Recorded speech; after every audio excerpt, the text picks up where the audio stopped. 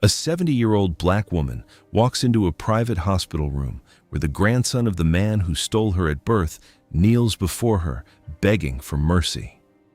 The transplant list is long, the hospital beds are full, and the only signature that can save his family's empire is hers. That woman is Eleanor Holloway. And this is the story of how 7 decades of silence finally spoke. It was the winter of 1956 in a hospital that should have been condemned years ago, St. Catherine's, the only place in Greenville, Mississippi, where a black woman could bring a child into the world and still be treated as something close to human. May Louise Holloway lay in a back ward, perspiration beading on her forehead, gripping the rusted rail of her hospital bed as another wave of pain ripped through her. Beside her, her husband, Reverend Josiah, paced the linoleum hallway in a thin wool suit, his Bible clutched so tight his knuckles had gone bone white. Push, baby, push. And then a cry. Strong, healthy, beautiful. May Louise heard it, and her whole body went limp. Tears spilled down her cheeks. After 7 years of trying, after 2 miscarriages that had nearly broken her, God had finally given her a daughter. But what May Louise did not know, what she would not learn for 7 long decades, was that the child placed in her arms that night was not the child she had carried for 9 months. It was the baby of Constance Pemberton, a white socialite in a private suite 3 floors up. And the man who switched them? The man who had looked into May Louise's tired eyes had held her daughter's tiny fingers and had lied. He pocketed $5,000 in cash, lit a cigarette in the staff stairwell, and walked back to his office to plan his next deal. His name was Dr. Hollis Calvert. And in the years that followed, he would build a fortune on the back of that single monstrous lie. The maternity ward of St. Catherine's Hospital was divided in half, not by walls, but by something far crueler. On the north side, a row of iron-frame beds, paint peeling, sheets yellowed with age. That was where the black women labored. On the south side, separated by a long marble corridor, a private suite for white patients, fresh flowers, polished silver bells, a private nurse. May Louise had been admitted at dawn. The pains had started the night before. She had waited until morning to walk the 4 miles to the hospital because her mother had told her, "You go at night. They treat you like an animal." So she had waited, even as the contractions doubled her over on the kitchen floor, even as Reverend Josiah begged her to let him find a car. By the time the delivery room was ready, May Louise had been in labor for nearly 20 hours. "Hold on, Miss Holloway. Almost there." The nurse was young, white, and clearly frightened. She had never delivered a black baby. She had never even touched one. But she followed the doctor's orders, and at 7:43 that December evening, a 7-pound baby girl came sliding into the world, slick with life, screaming with fury. "Oh, praise Jesus," May Louise sobbed. "Oh, praise Jesus." She reached for her daughter. The nurse placed the child on her chest. May Louise pressed her lips to the baby's forehead. 3 floors up, Constance Pemberton was screaming into a silk pillow. Her husband, Harrison Pemberton, heir to a cotton empire, member of the state legislature, paced the suite, dabbing his forehead with a monogrammed handkerchief. Their family physician, Dr. Hollis Calvert, was at the bedside. "One more push, Mrs. Pemberton." "One more!" Constance screamed. The baby came, a girl, smaller than May Louise's, but healthy. Dr. Calvert held the Pemberton baby. He looked at her. He looked at the door. He looked at the small leather valise on his desk. $5,000. That was the offer. "Make sure our daughter has a good life," Harrison Pemberton had said. "We want her placed with a family, with a real family." What Pemberton had meant was a white family. A family with money. A family that could give the child the kind of life the Pembertons did not want to give her. But Constance had refused to give up her daughter. She was not going to put her baby in a home. And so, Dr. Calvert had improvised. He carried the Pemberton baby down the back stairs, wrapped in a hospital blanket. He took the Holloway baby from the nursery, and he placed it in Constance Pemberton's arms. And then he took the Pemberton baby, the wrong baby, to May Louise. "She's yours, Miss Holloway," he whispered, "healthy and strong." And he walked away. He never looked back. In a small, clapboard house on the edge of town, Eleanor Holloway grew up surrounded by love. Not the kind that comes with silver rattles and monogram blankets, but the kind that comes from a mother who wakes at 3 in the morning to rock a feverish child, and a father who kneels beside the bed every night and prays a different blessing over each of her eyelashes. May Louise worked as a maid in the homes of white families, and she would bring Eleanor with her sometimes on Saturdays. The child would sit on the porch steps, watching the white children play inside with toys she would never touch, and she would feel she could never quite name it. Different. "You look just like your daddy's people," people would say. "Got that long hair, got those green flecked eyes." Eleanor would look in the mirror. She would see her mother's wide smile, but her skin was lighter. Her eyes, when she looked closely, were not brown at all. She told herself it didn't matter. Blood was blood. Mama had raised her. Mama had bled for her. And on the night Eleanor turned 16, her mother said something she had never said before. "Baby, you know I would die for you. Right? I carried you for 9 months, and I held you the first night of your life. And there is not a soul on this earth that I love the way I love you. You hear me?" Eleanor heard. The tears came, and somewhere in the back of her mind, a voice whispered, "But what if I'm not yours?" 300 miles away, in a brick mansion in Jackson, Mississippi, Carolyn Pemberton was being raised as the heir to a cotton fortune. She had private tutors, a pony, a closet full of monogrammed dresses. She had never known hardship. She had never known what it was like to wonder if you belonged. But she had never known her mother either. Constance Pemberton had died when Caroline was 3. A tragedy, the grief, the tragedy. And Caroline had been raised by a procession of nannies, then a boarding school in Switzerland, then a debutante ball at the country club. She was 23 before she realized that the face in the mirror did not match the face in the family portraits. Her skin in summer was a deep, almost mahogany brown. Her hair, when she let it down, curled tight against her neck. "You take after your grandmother," people would say. The Ashford women were always swarthy. Caroline would smile. She would not ask. She had learned by then not to ask questions she did not want the answers to. Eleanor left Mississippi at 18 with $62 in her pocket and a one-way bus ticket to Chicago. She cleaned offices at night. She got a scholarship. She became a hospital administrator. She built, brick by brick, a healthcare empire. Holloway Health Systems, 53 hospitals across the South, 12,000 employees, a name that meant something in every black community from Memphis to Mobile. She never married. She had a daughter, Pearl, who gave her 2 grandchildren. She had a son, Solomon, who ran the legal department. She was 70 years old when her mother died.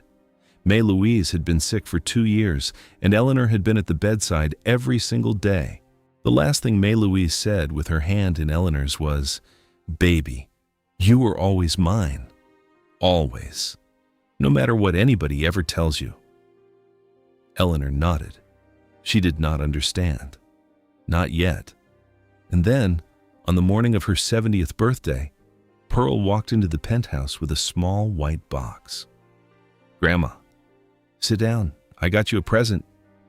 It was a DNA test kit. Eleanor laughed. "Baby, I know who I am. I'm Eleanor Holloway. I'm your grandmother." Pearl smiled. "I know, Grandma. I just want you to have everything." Eleanor spit in the tube. She mailed it. She forgot about it. 6 weeks later, on a Tuesday morning, the email arrived. "Open it with me," Pearl said, settling into the chair beside her. "I want to see your ethnicity breakdown." Eleanor clicked the link. She scrolled. Her coffee cup was halfway to her mouth. "Primary DNA match," she read aloud. 99.97% probability of first-degree relation to living descendant of Harrison and Constance Pemberton of Greenville, Mississippi. Her voice cracked. She stopped. Pearl leaned forward. "Grandma? What does that mean?" Eleanor read the next line. Her voice was barely a whisper. "Living descendant. Carolyn Pemberton, age 70. Jackson, Mississippi." The coffee cup slipped. It shattered on the floor. Pearl jumped up. "Grandma." Eleanor was not listening. She scrolled further, her hand shaking so badly the laptop rattled. Ancestral analysis, primary ethnic heritage, Northern European, British Isles, 96.4%. She looked up at Pearl. Her eyes were wide. Her face had gone the color of ash. "Pearl. That name? Pemberton." "I see it, Grandma. That's a white name." Pearl knelt beside her. "Read it again. Read it to me. Slowly." Eleanor's voice broke. It broke on the second syllable and did not come back. "Pemberton. I am a Pemberton. My mother, May Louise, she could not finish." Pearl took the laptop. She read the rest in silence, and the granddaughter, holding her grandmother's hand, watched as the woman who had built a 53-hospital empire crumbled in a leather chair on the 71st morning of her life. "She said it," Eleanor finally whispered. "Mama said it. On her deathbed, she said, 'You were always mine, always, no matter what.'" "She knew," Pearl breathed. "She knew." Eleanor hired a private investigator, a former FBI agent named Sam Whitfield, and gave him one instruction: find out everything about the Pembertons, about the hospital, about what happened in 1956. Sam came back in 2 weeks. He laid a file on her desk. "Ms. Holloway, you need to sit down." She was already sitting. "Tell me," he told her, "about St. Catherine's, about the segregated ward, about the 2 babies born on the same night, about Dr. Hollis Calvert, about the $5,000 payment from Harrison Pemberton, about the switch." He told her that Caroline Pemberton, the socialite, the heiress, the woman in a Jackson hospital right now fighting liver failure, was biologically black, was biologically Holloway. Eleanor's hands were on the desk, and her knuckles had gone bone white. "There's more," Sam said. "Dr. Calvert did it again, and again. 6 other families, 6 other babies, 6 other lies. Where is Dr. Calvert now? Vicksburg Care Facility, 92, dying. His grandson Preston runs the Calvert Medical Foundation. Preston is also the doctor treating Caroline. And Preston has just informed the Pemberton family that Caroline does not qualify for the transplant. She has no insurance, no funds. The foundation is refusing to cover it. Why? Because of you, Ms. Holloway, your hospital chain. The Calvert Foundation needs your investment to survive. Preston believes that if he blocks Caroline's transplant, the Pemberton family will be forced to sell him the Pemberton estate. He believes the estate is worth more than Caroline's life. Eleanor stood up. She buttoned her jacket.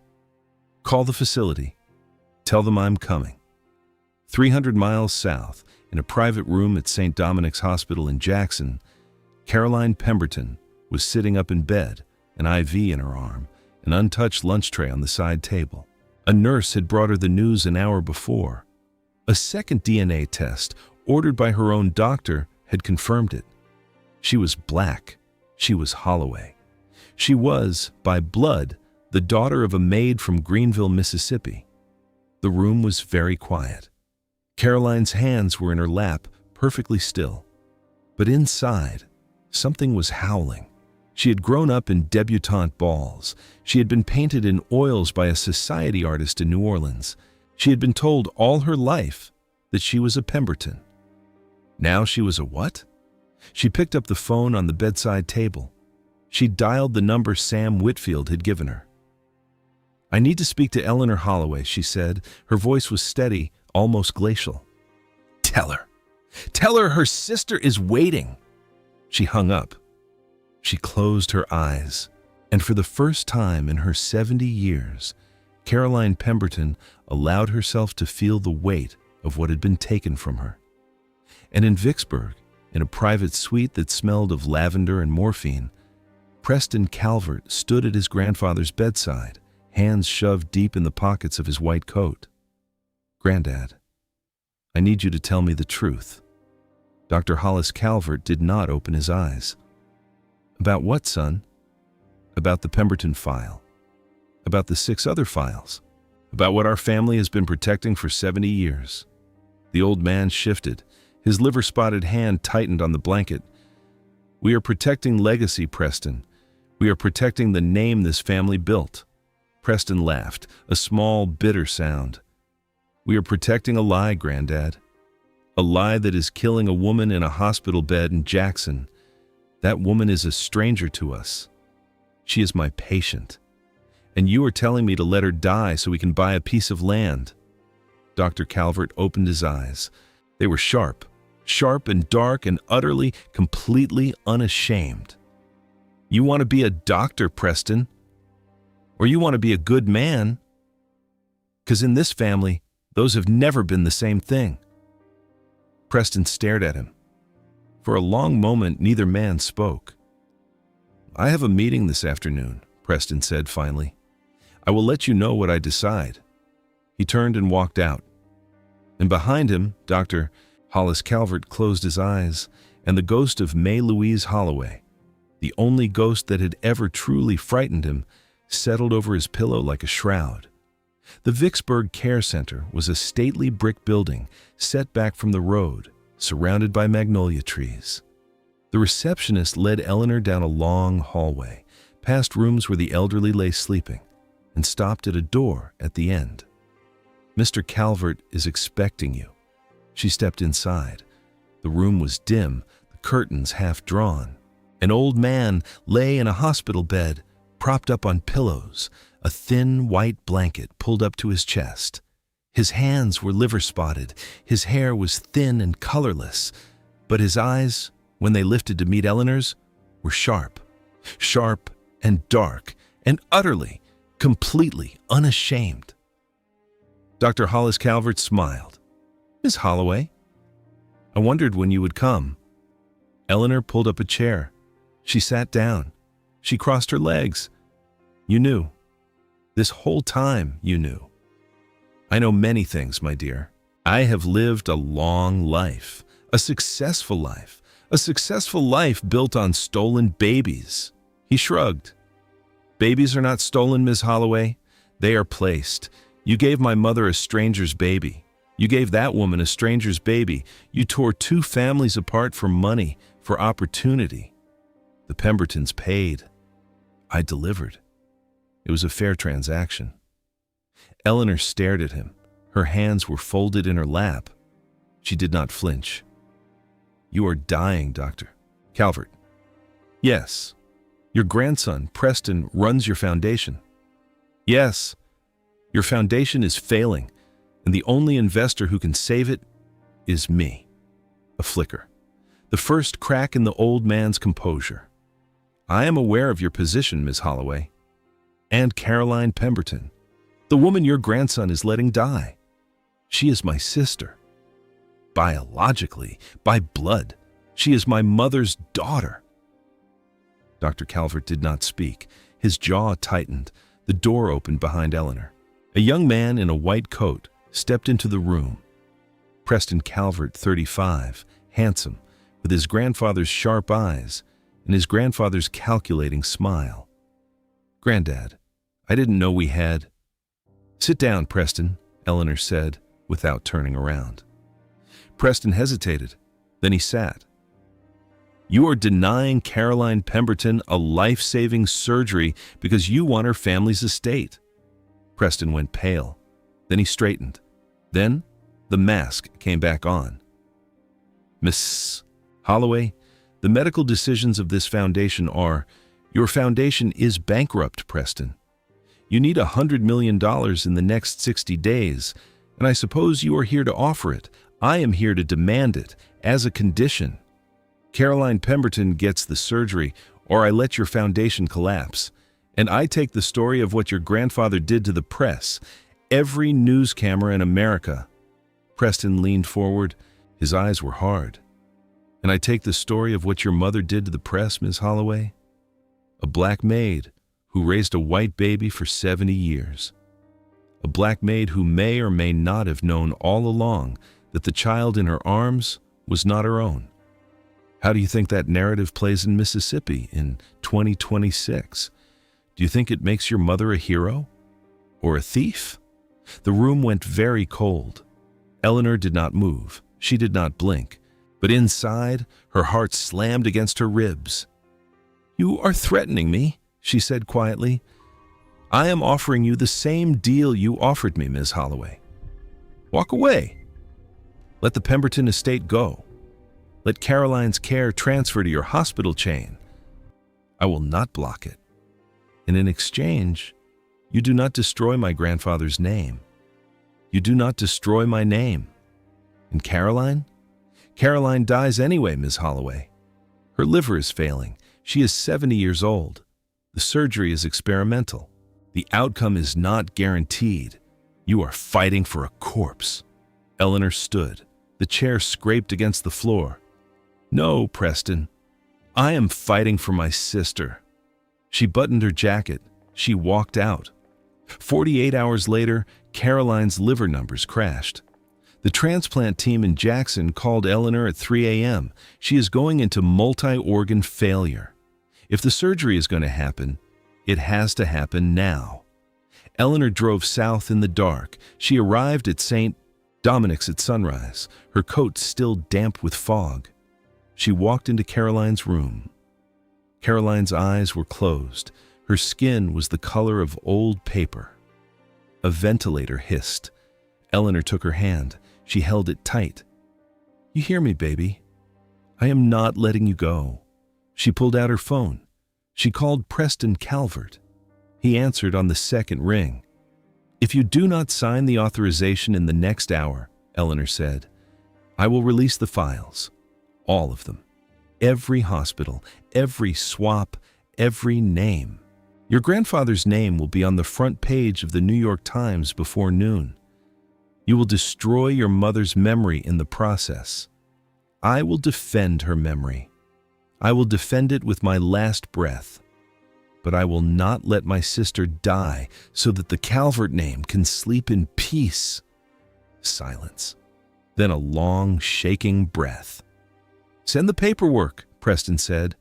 "Now, Preston, it is done, Ms. Holloway." He hung up. The authorization arrived by courier at 7:14 a.m. The surgical team wheeled Caroline down the hall at 7:32. Eleanor sat in the waiting room. She did not pray. She did not eat. She watched the clock, and 9 hours later, the surgeon came out. "She is stable. She is going to live." Eleanor closed her eyes, and for the first time in 70 years, she wept. The surgery held. Caroline opened her eyes on the third day. Eleanor was in the chair beside her. She had not moved in 72 hours. "Are you really my sister?" Caroline whispered. Eleanor took her hands. She held them tight. "I don't know about blood, baby, but I know my mama. I know my mama loved a little girl with gray eyes, and she loved her so fierce the whole world could feel it. And if my mama loved her, that girl is my sister." Caroline broke. She fell into Eleanor's arms, and Eleanor held her, and somewhere down the hall, a nurse began to cry. And in his room in Vicksburg, behind his closed door, Dr. Hollis Calvert closed his eyes. He had 1 more hour, the doctors had said, before the morphine pulled him under. He did not make it. Preston Calvert, the next morning, called a press conference. He told the truth. The Calvert Medical Foundation survived on the proceeds of the Pemberton estate sale, which Eleanor insisted be sold and the proceeds be split between the families Dr. Calvert had stolen from. Preston, his license revoked, was last seen working at a free clinic in Selma. 6 months later, on a warm Mississippi afternoon, Eleanor Holloway stood in the garden of the house her mother had grown up in. Caroline was beside her. Pearl was on the porch, Solomon was on the lawn. And in the house, a young black woman, Carolyn's daughter, the granddaughter Eleanor had never known she had, was laughing in the kitchen. "Family," Eleanor said softly. "It doesn't come from blood. It comes from the people who hold you at 3 a.m, from the people who pray over you when you don't even know it, from the people who love you fierce, no matter what." Caroline squeezed her hand. "I have 2 families now." "We all do," Eleanor said. "We always did." And Eleanor, on her 71st birthday, looked out over the magnolia trees her mother had planted 65 years before, and she thought of May Louise. "You were always mine, baby. Always. No matter what anybody ever tells you." Mama had known. Mama had known the truth, and Mama had loved her anyway. And that, Eleanor finally understood, was the only bloodline that mattered. The truth had waited 70 years to speak, but speak it did. And when it finally did, it set everyone free. Some lies, no matter how old, will always find the light. Some loves, no matter how buried, will always find their way home. And the children we raise, the children we love fierce, the children we bleed for, they are ours, forever, no matter what. That's the only truth that ever mattered. If you have a family member you have not told the truth to, tell them today. The truth always finds its way home. And if this story touched you, share it with someone who needs to hear it. Subscribe to Incredible Narratives for more stories of family, betrayal, and the long road home. I will see you next time.